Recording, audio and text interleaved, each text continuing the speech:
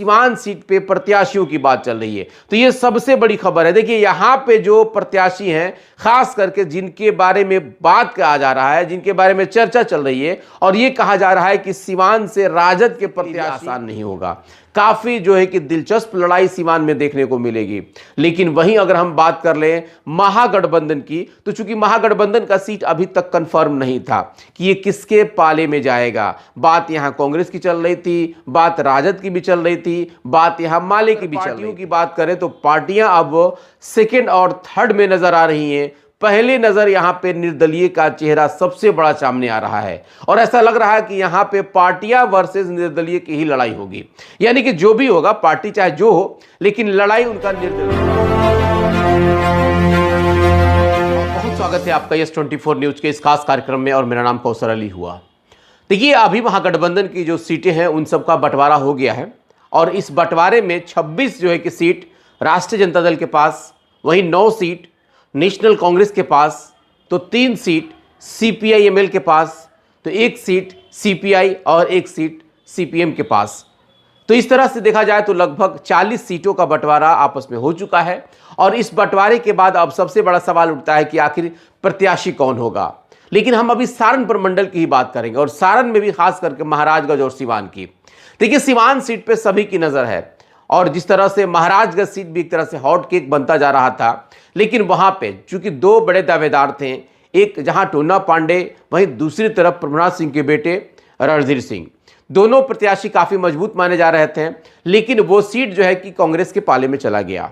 अब वहां पे 2 ऐसे दावेदार चेहरे नजर आ रहे हैं, हालांकि 2 संभावित चेहरे हैं। बाकी कौन क्या कुछ हो सकता है, ये तो चूंकि अभी जिस तरीके से नया नया खेल हो रहा है बिहार के राजनीति में, अप्रत्याशित खेल हो रहा है, इसमें कुछ कहना बहुत जल्दबाजी होगा। लेकिन जो आकलन और खास करके जो अनुमान लगाया जा रहा है, उन 2 चेहरों में एक बड़ा चेहरा सामने आ रहा है, जो कि महाराजगंज के वर्तमान जो विधायक हैं, जो कि विजय शंकर दुबे।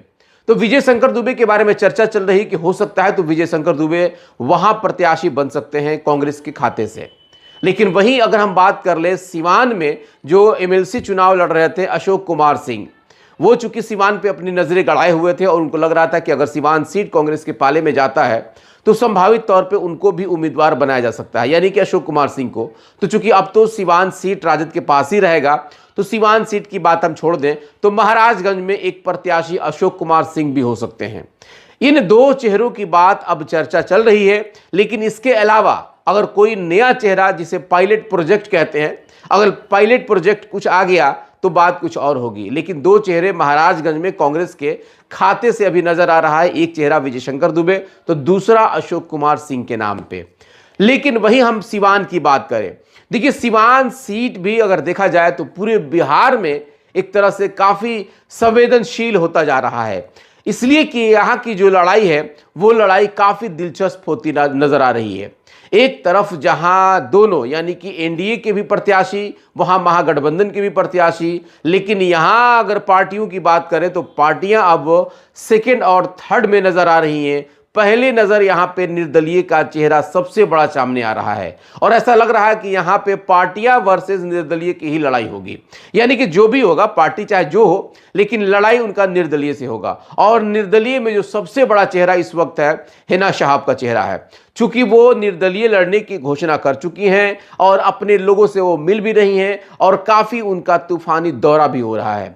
लेकिन अभी जिस तरीके से एनडीए ने एक महिला प्रत्याशी विजय लक्ष्मी कुशवाहा के नाम पे दे दिया है, और कल जिस तरह से विजय लक्ष्मी कुशवाहा और उनके पति पूर्व विधायक रमेश सिंह कुशवाहा जिस लाव लश्कर के साथ जो पटना से चले और उसके बाद सिवान के सुहागरा पहुंचे, एक लंबा काफिला था और लगभग बहुत बड़ा हुजूम था, और इस हुजूम ने जिस तरीके से उनका स्वागत किया, उससे पहला फिगर ये सामने आ गया कि ये लड़ाई किसी के लिए भी आसान नहीं होगा। काफी जो है कि दिलचस्प लड़ाई सिवान में देखने को मिलेगी। लेकिन वहीं अगर हम बात कर लें महागठबंधन की, तो चूंकि महागठबंधन का सीट अभी तक कंफर्म नहीं था कि ये किसके पाले में जाएगा। बात यहां कांग्रेस की चल रही थी, बात राजद की भी चल रही थी, बात यहां माले की भी चल रही थी, लेकिन कुल मिलाकर के आखिरकार आज महागठबंधन का ये सीट कंफर्म हो गया। महागठबंधन ने अपने जो उम्मीदवारी थी, यानी कि जो उनका गठबंधन है, जो घटक दल है, उन सभी को सीट दे दिया गया। जिस पे जिसके पाले में कौन कौन सा सीट किया है, अभी थोड़ी देर पहले हम लोगों ने उस पर खबर भी चलाया है। लेकिन अब सीवान सीट पे प्रत्याशियों की बात चल रही है, तो ये सबसे बड़ी खबर है। देखिए यहाँ पे जो प्रत्याशी हैं, खास करके जिनके बारे में बात कहा जा रहा है, जिनके बारे में चर्चा चल रही है, और ये कहा जा रहा है कि सीवान से राजद के प्रत्याशी यहाँ के सदर विधायक अवध बिहारी चौधरी हो सकते हैं।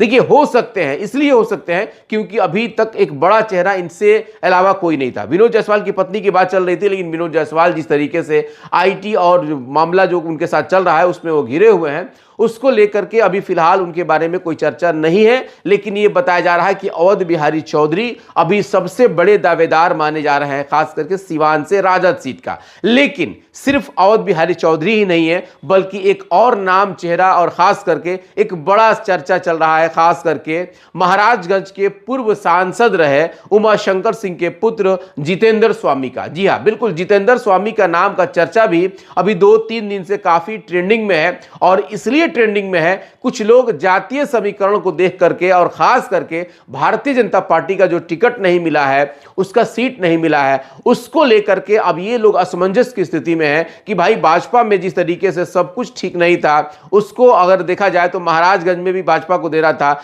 जितेंद्र स्वामी भी पहले से तैयारी कर रहे थे। लेकिन कुल मिलाकर के जब मौसम आता है खास करके चुनाव का, उस वक्त जो है कि नेताओं का पाला बदलने का सिलसिला जो चलता है वो बड़ा ही एक गजब होता है, और कब कौन किस पाले में चला जाए ये भी कहना बड़ा मुश्किल होता है। उसी तरीके से सिवान के बारे में भी कहा जा रहा है, और जोर शोर से चर्चा इस बात का है कि हो सकता है सिवान सीट पे जो है कि अभी प्रत्याशी हो सकते हैं जितेंद्र स्वामी।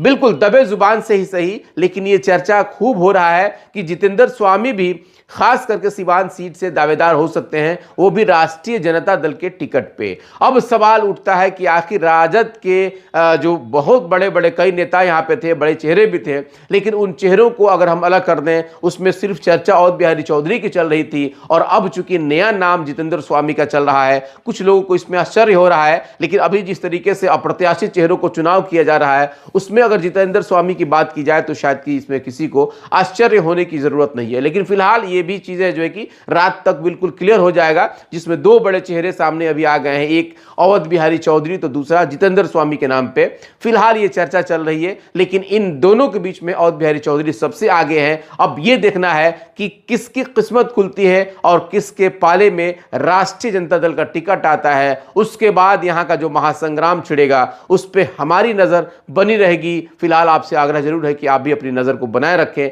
और यस24 न्यूज का ये कार्यक्रम आपको कैसा लगता है कमेंट बॉक्स में जरूर देंगे। और जाते जाते मैं आप लोगों से फिर से वही आग्रह करूंगा कि अगर आप अभी तक यस24 न्यूज के इस यूट्यूब चैनल को सब्सक्राइब नहीं किए हैं तो सब्सक्राइब भी कर लें, और अगर आप इसे फेसबुक पे देखेंगे तो आप फॉलो भी जरूर कर लें। बाकी आगे की खबरों के लिए हमारे साथ बने रहें। बहुत बहुत धन्यवाद।